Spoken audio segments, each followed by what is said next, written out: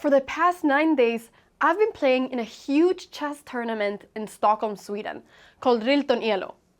Now this has been a very tough tournament, and every day I've played a classical game of chess. The first day, I won, and I thought that this tournament is going to go great. But then the second day, I drew against an 1800. And after that, I won 3 games in a row, but then I drew again. And I thought, do I have a chance of winning the tournament? Well, I did, because I won the day after. But then, yesterday on the 8th round, I lost the most important game of them all and knew that I had no chances of winning the tournament anymore. However, I knew that if I won today, I would get in a top 5 placement. And I would have, even if I didn't win the tournament, a fantastic end result. Because getting top 5 amongst over 170 people, it's very good. Like, I was very, very, very happy with that in the beginning. So it was really important for me to win today. And I was really nervous because I was facing an 1800, well, 1790 something, but that had had a fantastic tournament. My opponent had not lost to a single person, and they had beaten several people that were like 2000 rated. So I knew that this person was very strong. The game was also at 12, which, let me tell you something, I have a terrible time waking up every day. I struggle so much to wake up in the morning. This morning I woke up at 10:45, I ran to breakfast, I had some egg and beans for like 5 minutes, and then I ran up to start preparing for my stream, and then I played the game. But it was very, very, very, very, very stressful. It was so stressful actually that the tournament organizer texted me and asked me, "Hey Anna, are you coming to the round?" Because I was 10 minutes late to the round. So he wanted to make sure that I hadn't overslept, which was very kind by the tournament organizer, by the way. But I had the black pieces, and my opponent started with the move e4, which I was expecting. So I went c5, knight f3, knight c6, d4, it became an open Sicilian. I took, and then I played e5. Now, the reason I don't have any footage from the game today is because my opponent didn't want to be recorded or didn't want to be part of the live stream. So my mom was just commentating the game herself, and I'm going to add some of her reactions to, my game throughout this recap. But I hope she didn't roast me too bad. Every day after I film this, I end up going back to see what my mom has said about my game. She is a sweetheart, she's so sweet, but she can also fiercely roast my moves. And I am always scared every night that my mom will have a terrible reaction to my chess moves. But it's always very exciting. So, knight b5, a6, I haven't played this line too many times, but I did play it a few rounds ago, so I thought that my opponent might expect it. So takes, and queen e7. Now in my previous round, my opponent decided to capture my queen, and just, I got my knight out, and then I was able to play d5.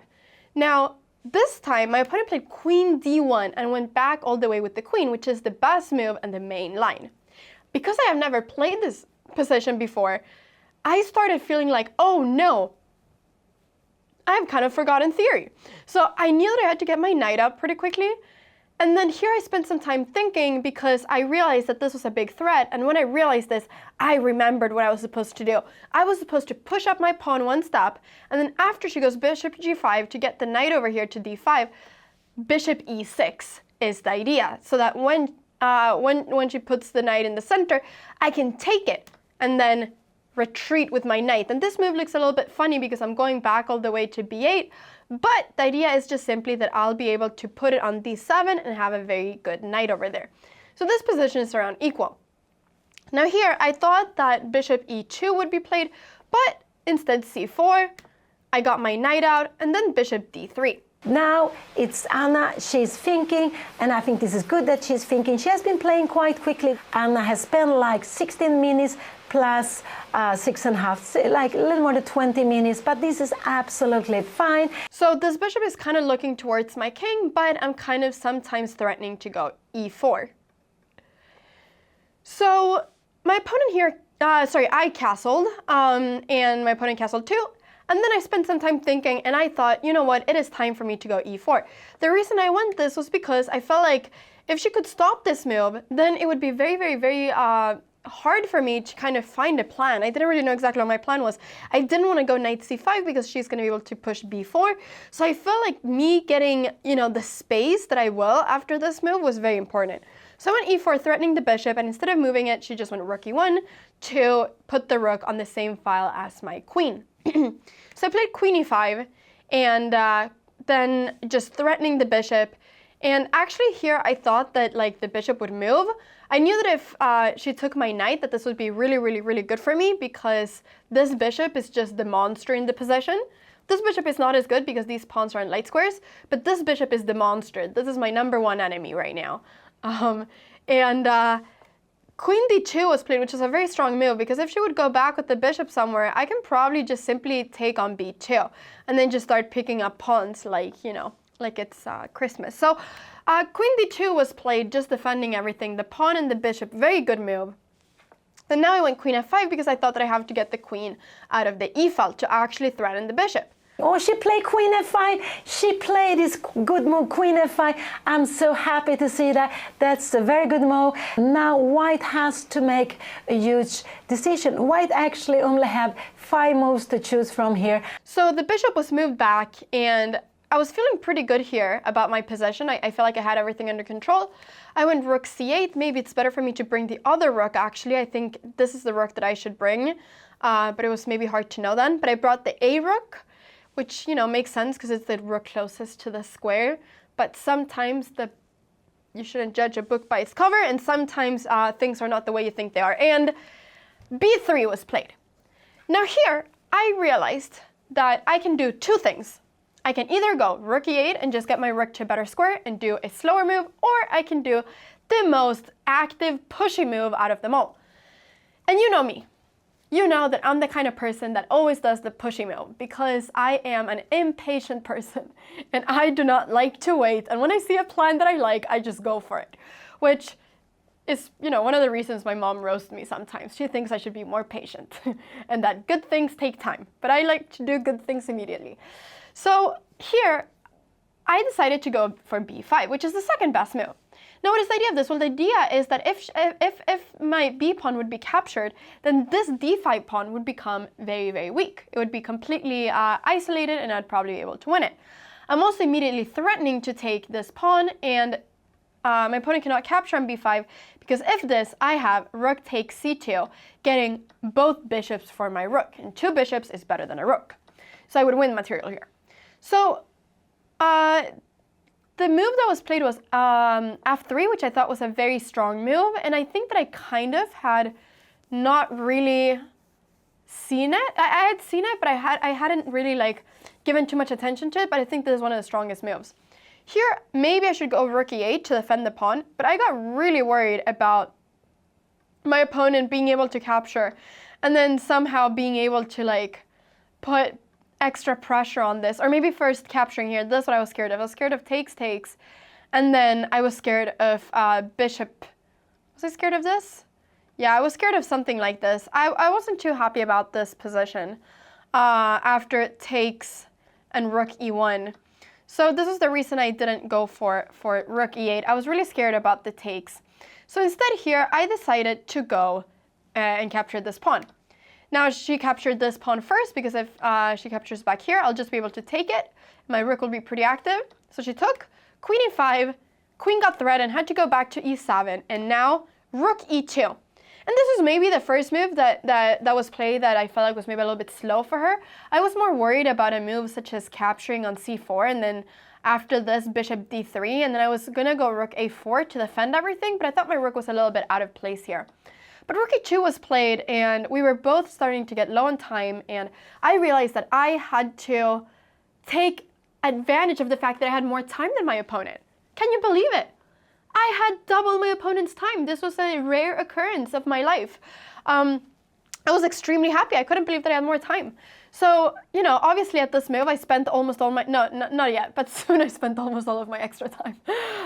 But still, I was very happy about the fact that I had more time, and I thought, you know what, let's get this to a time scramble, and I will try to win in the time scramble, because I actually feel pretty confident in time scrambles because of the fact that I've been into time scrambles so many times. I'm a very experienced slow player. I am experienced at being terrible with time management. So I actually feel pretty confident in my own skills with little time. So we started doing a little bit of random moves. I knew that she could never really trade the bishop for the knight because then I'd get control of the dark squares. So my ultimate goal was basically just to be able to put a knight over here on d3, but it was kind of hard to do that. So f6, we were kind of playing back and forth. I was trying to come up with a plan. I decided to start doubling up my rooks, and then to reroute this knight and place this one over here. And constantly, actually, her best move is to go b4, but this is a pretty difficult move, I think, to do. So she went h4, which I was expecting her to do, and I was a little bit worried about it, but I also got really happy about the fact that I got this g4 square for my knight, because now there's no pawn that will ever be able to kick away my knight from here. So rook c3, I brought in the other knight, and then now, I thought maybe bishop d1 would be played, threatening the knight to try to get them out of here. But after this move was played, I was able to capture here. We traded, and then I went a5 with the idea of going a4, threatening the bishop, and going check and winning it. So she moved the bishop, and I went a4. I should actually here just go h5, but I really wanted to get the bishop to a weird square. Bishop d1, I went queen c5 check, and now... Now I forgot that this pawn was hanging. Because she couldn't take it before, I just forgot that this pawn was hanging, and I played rook b8, which was just a terrible move, because I'm literally just blundering the pawn. And now I got really scared, because the moment I went there, I was like, wait, what happens if the pawn is just captured? Rook b8 was played. Now Anna is losing a pawn because she's blitzing out the moves. I'm a little bit concerned that she lost the pawn here now. This is a very important pawn to have. I had to go here a3. That was probably the best move. She took the pawn, which was the best move. She was playing very well, and I went queen e5. And now she has this move, bishop d7, which is a really strong move. And after this, at h5, this bishop becomes just a monster. The extra pawn, together with the bishop, just makes her position to be much better than mine. I don't know, it's getting so scary. This would be just very, very dangerous, and we have a queen coming in here. So I'm really, really hoping that we will not see this on the board. She had this chance, but we were both very low on time. She only had 40 seconds left, so we were both just kind of trying to get into the time control. And bishop b3 was played instead. Now, when she did this move, I was very happy because I realized that I can now go h5 and just get my knight to stay here forever. So even though I was a pawn down, I was feeling very happy about my position. And this, at move 39, I think this was the moment where my opponent made probably the biggest mistake in the game, which was probably not so easy to see because my opponent had so little time, but my knight was captured. And this move, the problem with this move is that I can capture back with the queen, which is not a problem for me, but a problem for my opponent. I can capture back with the queen, and now it's just almost impossible to prevent the checkmate on h2. This is a shocking move. Anna played h5. White took on e5. And if Anna just take back with his queen, she is winning. She is winning. This was a shocking move. And the moment this was played at move 39, I knew that I was probably going to win the game. And I was very happy.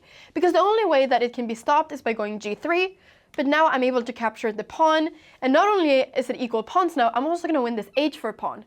But not only am I winning 2 pawns, the king is just so weak. So e5 was played, and an attempt to try to create some counterplay, hoping that I'll capture with the f or d pawn, and that I will maybe trade queens and just let the game go on for a little bit longer. But I captured this pawn, and then I just took with the knight. The idea that I had was to bring in this rook. So here, she thought for a while, rook f2 was played. I brought in my rook just to try to finish the game and checkmate. And then after queen c2, I actually calculated and found either a forced checkmate or a queen win. And so I just played it pretty quickly with just a couple minutes because I had already calculated this. After this check, if this move is played, there is check and checkmate. And if she goes king f1, which is the move that was played, there is queen check, and after rook e4, my opponent resigned.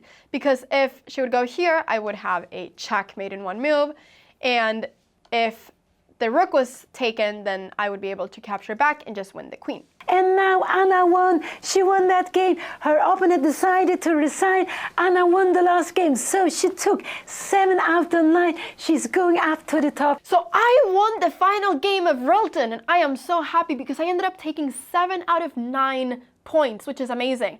I gained 20 points of rating, and I am actually going to end up 5th in the whole tournament. So I'm getting top 5, which is amazing.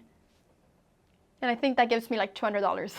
But yeah, you know, it's amazing. It's fantastic. So I'm very happy with my final result. I am going to be going to the prize ceremony now, and I will insert some footage from it because I am very excited about taking my prize, which is going to be a piece of paper that I'll have to sign in with my bank account. But it's still a very fun prize. So I'll take you with me so that you can see it. But 5th place, 7 out of 9, plus 20 rating points. I am finally back after 3 years to 2100. We are back. It's been so long since I had 2100, and I am so happy to have it. So the tournament winner was actually my opponent from yesterday, and he ended up taking half a point more than me. So with 7.5 points, I would have won the tournament or got the same points as the leader. In fact, I have the same points as number 2, or number 3 actually, because both number 1 and 2 have 7.5. I have 7, so 3, 4, and 5 have 7 points, but I just have the worst tie breaks out of them all, which is the sum of your opponent's score. So, I am going now to the prize ceremony. Thank you so much everybody for following me on this journey. I am so grateful that I've been able to play this, and I'm on to playing more tournaments in 2024. This is the year of classical chess for me.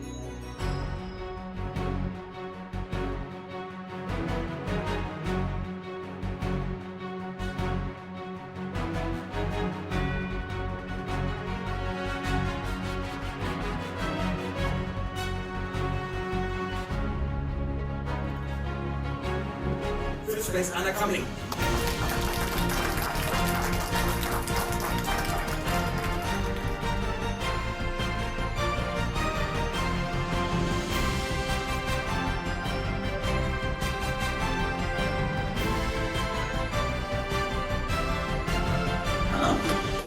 Want to say something?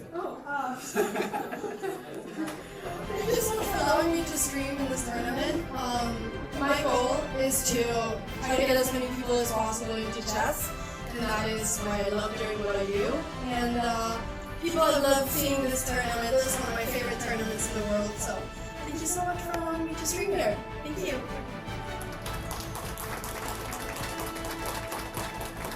That was the biggest question.